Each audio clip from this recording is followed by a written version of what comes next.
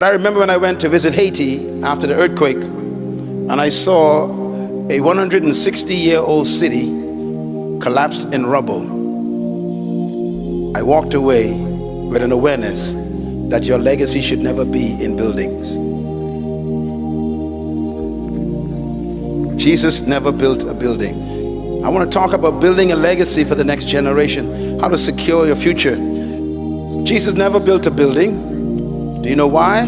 Because he built people. People outlast buildings.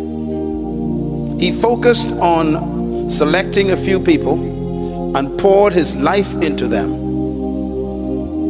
Write this down, please. The greatest investment in life is in people.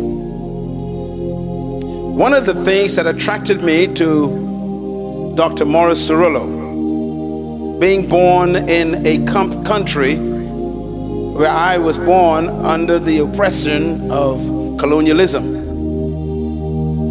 Like some of you, we were colonized by an empire.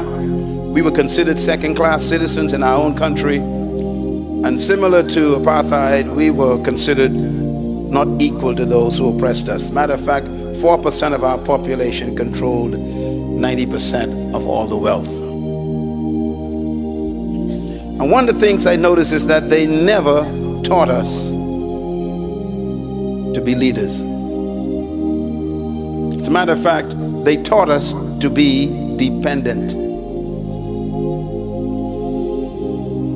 This is very serious. And this is why most people from Africa and Asia, Central America, South America, the Caribbean, who were former colonies, have difficulty accepting power. They don't know what to do with leadership. That's why they abuse it. They are not taught to be leaders. And so they have a spirit of intimidation, fear. They apologize for being successful. They are afraid to succeed because they were taught to be falsely humble.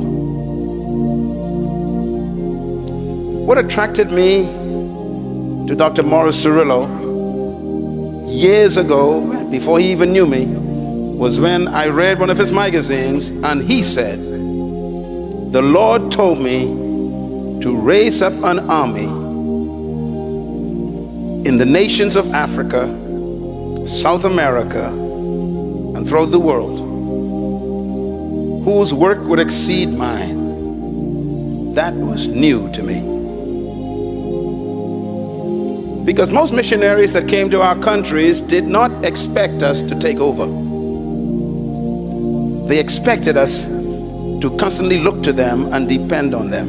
And here was a man wanting to work himself out of a job by raising up the natives to take charge of their own destiny. This is a divine mandate, and he deserves a hand for that.